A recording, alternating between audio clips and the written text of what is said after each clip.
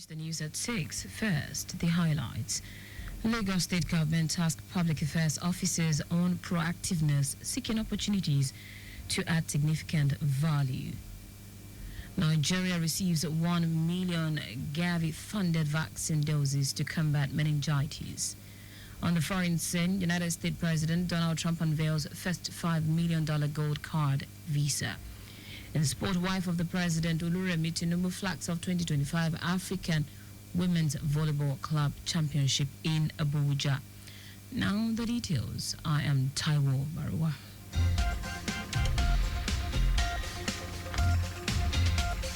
Lagos State's Commissioner for Information and Strategy, Benga Motosho, has called on public affairs PAOs to elevate their roles within the state government by embracing proactiveness and actively seeking opportunities to add significant value. The Commissioner made the call during an interactive session held with PAOs in the various ministries, departments, and agencies of the government, emphasizing the need for PAOs to move beyond reactive tasks. Omotosho stressed the importance of taking initiative and proactively contributing to the government objectives. He specifically highlighted the crucial role of PAOs in boosting the visibility and engagement of government social media platforms through consistent and dynamic content. Omotosho explained the importance of proactive communication in showcasing the government achievements and initiatives, urging officers to leverage their roles in promoting the state's developmental strides and responding appropriately to public concerns.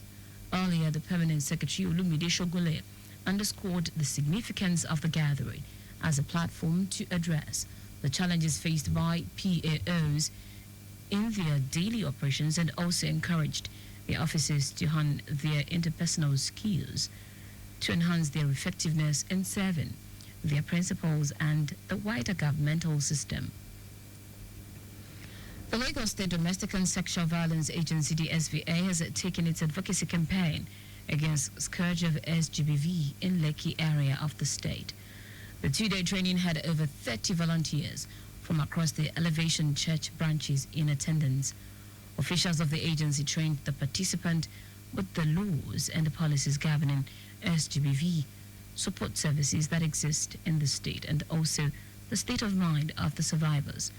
The lead pastor of the church, Godman Akinlabi, commended the Lagos State government for a wonderful job being done through the DSVA. The Lagos State government has been commended for not only preserving its cultural heritage, but promoting tourism, arts, and creating enabling environment for the creative sector to thrive. Director of Product and Logistics for Ashoki Festival, Kehinde Akintunde, who gave the commendation at the press conference, emphasized Lagos' progressive leadership in indigenous artistry, noting that the Babajide Sanwo-Olu administration has earmarked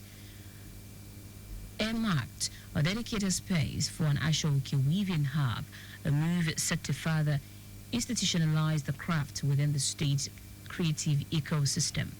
According to him, the key feature of the initiative, which will take place at the J. Randall Center for Yoruba Culture and History, includes the integration of traditional weavers into the city's creative economy and training of new artisans across various local government and local council development areas.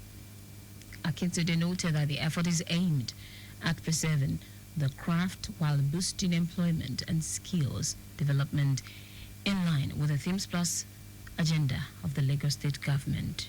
The cultural value of Ashoki, and secondly, the economic value of Ashoki. If you go around now, you see that the Ashoki is really used for almost everything. We have the shoe, we have the bags, we have the wristwatches, we have the wristband, we have, so why don't you let's tell the world what the Ashoki really stands for. Also speaking, the project director, Adebayo George, noted that the festival offered more than cultural immersion, but a dynamic marketplace for fashion stakeholders, designers, and entrepreneurs to explore collaborations, innovation, and commerce. Now to the rest of the stories. The Federal Ministry of Health and Social Welfare has received over 1 million pentavalent meningococcal vaccine Men 5 CV doses from the Gavi-funded global stockpile to combat the meningococcus C and W outbreak in northern Nigeria. This was announced in a joint press statement by the Vaccine Alliance, Gavi, the World Health Organization, and the United Nations Children's Fund. According to the Nigeria Center for Disease Control and Prevention, NCDC, the country has recorded a total of 807 suspected cases of cerebrospinal meningitis and 74 deaths from 22 states as of March 26. The NCDC stated that the case fatality rate is at 9.2% as of March 26. Also, the coordinating Minister of Health and Social Welfare, Mohammed Pate, said the arrival of the Men5 CV vaccines is a crucial milestone in Nigeria's response to the current meningitis outbreak. Minister of Works David Umahi has declared the Independence Bridge in Lagos totally open to traffic after palliative measures was carried out on the infrastructure.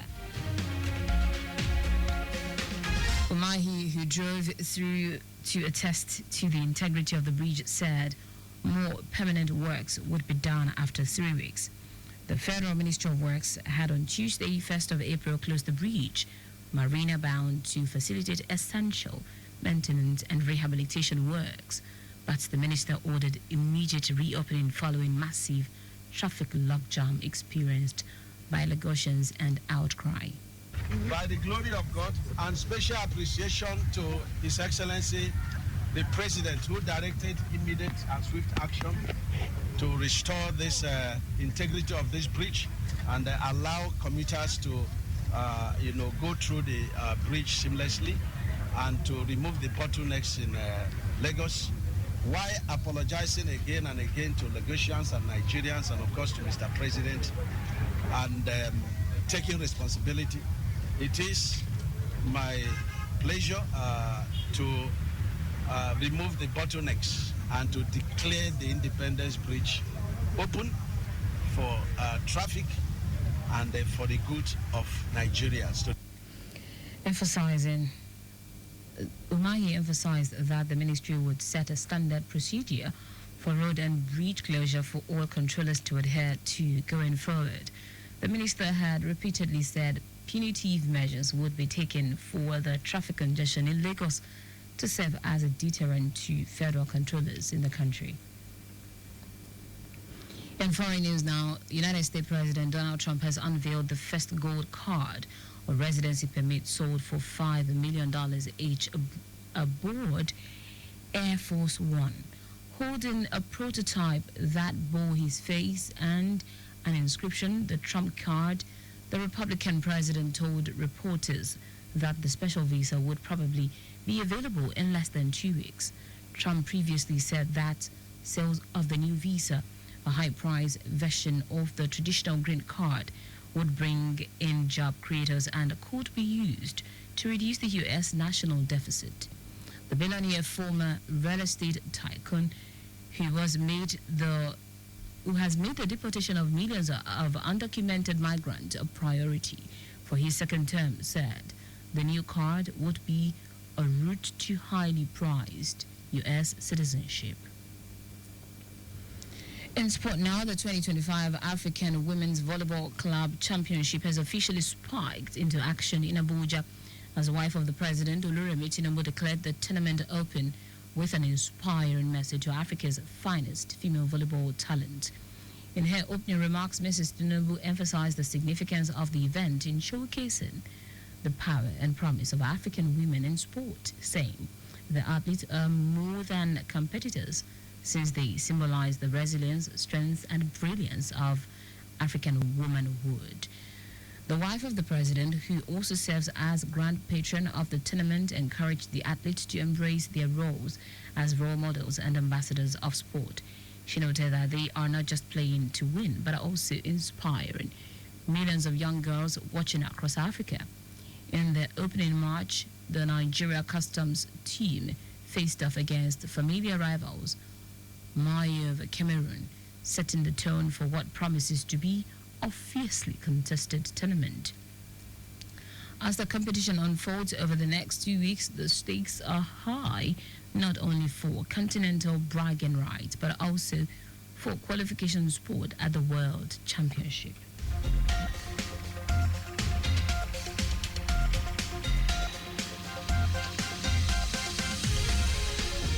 That's it on the news at 6, but just before we go, maintain adequate distance from the vehicle ahead of you to avoid collision. You can follow us and like all of various social media platforms: X at Traffic Radio 961, Facebook, Lagos Traffic Radio 96.1 FM, Instagram, Lagos Traffic Radio 961.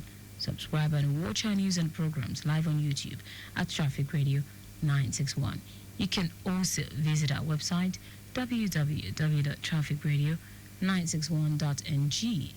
Did you know that the Sanwo-Olu administration supported 3,673 businesses with 1.56 billion naira and a plethora of interventions including grant, mentorship, business advisory and capacity building, as well as market access opportunities? You can get more details on the Lagos State Government website. To end the news, here are the highlights of the major stories. Lagos State Commissioner for Information and Strategy Benga Motosho has called on public affairs officers, PAOs, to elevate their roles within the state government by embracing proactiveness and actively seeking opportunities to add significant value. The Federal Ministry of Health and Social Welfare has received over 1 million pentavalent meningococcal vaccine MEN5CV doses from the Gavi-funded global stockpile to combat the meningococcal C and W outbreak in northern Nigeria. We also told you that United States President Donald Trump unveiled the first gold card, a residency permit sold for $5 million each aboard Air Force One. And finally, in sport, the 2025 African Women's Volleyball Club Championship has officially spiked into action in Abuja as wife of the President Oluremi Tinubu declared the tournament open with an inspiring message to Africa's finest female volleyball talents.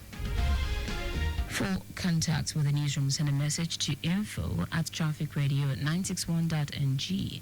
That ends the news broadcast compiled by Adesua Ejoyoka. I am Taiwo Bara. Thank you for listening. Good evening.